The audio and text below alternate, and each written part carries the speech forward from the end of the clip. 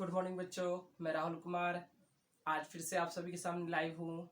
और मैं आप सभी से फिर से कहना चाहूँगा कि आप जो भी मेरा वीडियो देख रहे हैं, मेरे वीडियो को लाइक करें, मेरे यूट्यूब चैनल को सब्सक्राइब करें, साथ ही साथ इस वीडियो को शेयर भी करें ताकि ज़्यादा से ज़्यादा बच्चों तक मेरा वीडियो पहुँच सके। चलिए, मैंने अपने प्रीवियस वीडियो में अलैंगिक जनन प्रक्रिया को पढ़ा दिया है। अब जो मेरा अगला पॉइंट होगा वह होगा लैंगिक जनन यानी सेक्सुअल रिप्रोडक्शन। तो लैंगिक जनन में मैं आप लोग को कुछ बताने जा रहा हूं। जैसे कि मैं सर्वप्रथम लैंगिक जनन की कुछ डिफिनेशन को यहाँ दिखा दूं। जो मैंने लिखा है लैंगिक जनन, तो जनन की वह विधि जिसमें एक या दो जीव भाग ले तथा युग्मक का निर्माण हो उसे लैंगिक जनन कहते हैं। और साथ ही साथ लैंगिक जनन द्वारा जो उत्पन्न संतान होते हैं ना, वो माता पिता से भिन्न होते हैं या वो संतानों में विभिन्नताएं पाई जाती हैं। वो किसके द्वारा संभव हो पाता है? लैंगिक जनन द्वारा। आप सभी को मैं बता दूं कि लैंगिक जनन जो है, जितने भी उच्च कोटि के उच्च वर्ग के पौधे हैं, जंतु हैं, उन सभी में जनन की एकमात्र विधि है लैंगिक जनन।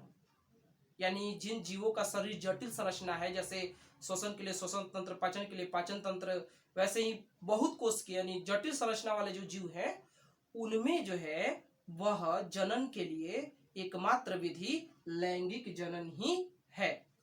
कंफर्म हुए आप लोग? लैंगिक जनन एक विस्तार रूप से यह कई घटनाओं में देखा जा सकता है। आपको यह भी बता दें कि लैंगिक जनन जो है वह जीवों में किस प्रकार से होता है। क्या होता है कि इसमें हमने अभी बताया है, 2 पॉइंट्स यहाँ पे हमने लिखा है कि इसमें एक या दो जीव भाग लेते हैं। इसमें एक या दो जीव भाग लेते हैं। इसका मतलब ये हुआ कि इनमें क्या होता है, या तो एक ही जीव भाग लेता है या फिर इसमें दो जीव भाग लेते हैं। क्लियर? तो सबसे पहले हमें समझना होगा कि जो एक जीव होते हैं, जो दो जीव होते हैं। सबसे पहले तो जिन जीवों में दोनों लिंग विद्यमान रहता है, यानी इन्हीं में क्या रहता है, एक ही जीव में नर और मादा लिंग विद्यमान रहता है। एक ही जीव में क्या रहता है, नर और मादा लिंग विद्यमान रहता है। इन्हें हम लोग उभय लिंगी या द्विलिंगी कहते हैं। इन्हें हम क्या कहेंगे? जिन जीवों में, एक ही जीवों में दोनों लिंग विद्यमान हो तो उन्हें उभयलिंगी या द्विलिंगी कहेंगे। और जो जीवों में जो अलैंगिक जनन में ये दोनों दो जीव भाग लेते हैं, वे क्या होते हैं?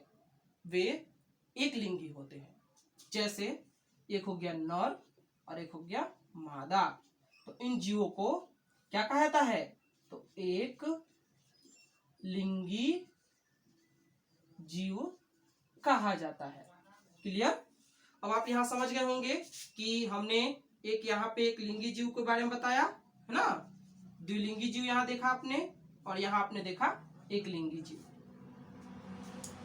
अब इनमें क्या होता है कि मान के चलिए द्विलिंगी होते हैं। इसका अर्थ ये नहीं कि इनमें लैंगिक जनन नहीं होता है। इनमें लैंगिक जनन होता है। इनमें भी नर युग्मक बनता है अलग और मादा युग्मक बनता है अलग।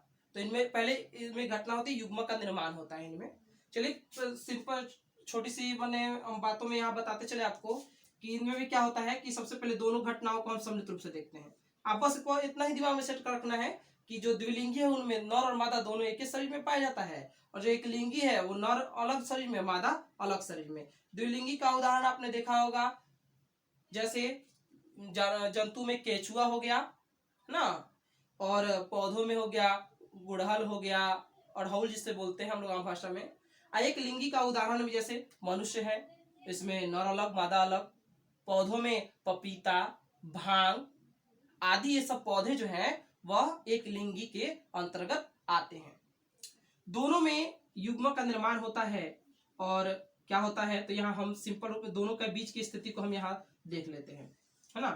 क्या होता है, इसमें नर और ये मादा, दोनों में पहले युग्मक बनते हैं और ये दोनों युग्मक का पहले निर्माण होता है। पहले इनमें युग्मक का निर्माण होता है ना। पहले इसमें किसका निर्माण होता है, युग्मक। इसमें किसका निर्माण होता है, युग्मक का। तो ये जो युग्मक का जो निर्माण होता है वह हो गया नर से जो बना उसे नर युग्मक, और जो मादा से बना वो मादा युग्मक, लेकिन दोनों को युग्मक ही कहा जाता है। क्लियर, दोनों को क्या कहा जाता है, युग्मक ही कहा जाता है। इसे नर युग्मक और मादा युग्मक कहा जा सकता है। अब बात आती है कि ये दोनों युग्मक आपस में एक साथ एक निश्चित समय में मिलते हैं, है ना, जिसे क्या कहा जाता है, निषेचन। निषेचन के बाद बनता है निषेचन, इसे कहते हैं निषेचन। इसके बाद होता है इसमें फिर निषेचन के बाद युग्मक, युग्मनज बनता है, जाइगोट ना, युग्मनज। इसके बाद फिर एक नए जीव का निर्माण होता है।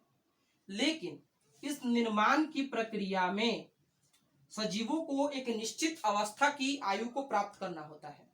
लैंगिक जनन इतना सरल नहीं है। क्या होता है कि मान के चलिए यह जो जीव उत्पन्न हुआ और फिर उत्पन्न होते होते ही एक नए संतान की उत्पत्ति करने योग्य यह नहीं होता है। लैंगिक जन्म में एक खास बात यह है कि जब कोई जीव अपने संतान की उत्पत्ति करता है तब वह संतान उत्पन्न होने के कुछ समय उपरांत एक निश्चित आयु को प्राप्त करने के बाद ही अपने जैसे संतान की उत्पत्ति करने योग्य होता है। ये बात को समझना होगा हमें। यानी लैंगिक जनन में जो भी संतान होते हैं वह ऐसा नहीं कि जब बच्चे जन्म लिए और वह फिर बच्चे जन्म अलैंगिक जन्म की तरह जन्म देना शुरू कर दिया, ऐसा नहीं होता है लैंगिक जन्म में। लैंगिक जन्म में क्या होता है, तो बच्चे पहले एक निश्चित आयु, जिसे जो आयु प्राप्त करते उसी आयु को कहा जाता है, आप उसे आप कह सकते हैं, तो इस अवस्था को हम कहेंगे किशोरा अवस्था या फिर किशोरा अवस्था, है ना। जो युग्मक प्राप्त करने, युग्मक बनने की प्रक्रिया जब शुरू हो जाती है उसी अवस्था को क्या कहा जाता है, किशोरा अवस्था। इन और भी अलैंगिक जन्म की घटनाओं में मैं कुछ और चीजों पे वर्णन करना चाहूंगा, तो आप सभी इसमें देखेंगे। लैंगिक जन्म आप समझ चुके होंगे। लैंगिक जन्म आपको पूर्ण रूप से समझ में आ गया होगा कि जन्म की एक विधि है जिसमें एक या दो जीव भाग लेते हैं और इसमें युग्मक का निर्माण होता है। साथ ही हमें इस बात का भी ध्यान रखना है कि लैंगिक जनन द्वारा जो उत्पन्न संतान होते हैं उनमें विभिन्नताएं पाई जाती हैं, और साथ ही साथ जो जिनमें नर और मादा दोनों लिंग होता है उसे उभयलिंगी, और जिसमें नर अलग मादा अलग होता है वो एक लिंगी। क्लियर, चलिए अब मैं आपको कुछ और बातें बताते चलूं लैंगिक और अलैंगिक जनन में। तो लैंगिक जनन की घटनाओं में सबसे पहला जो बात आता है वह हम देखेंगे। चलिए मैं आप लोगों को इसके बाद मैं इस वीडियो को आगे बढ़ा के नेक्स्ट वीडियो में मैं आप लोगों को बताऊंगा कि इसमें और कौन कौन सी घटनाएं हैं। तो मैं इस पे ही मैं अपने इस वीडियो को क्लोज करता हूं।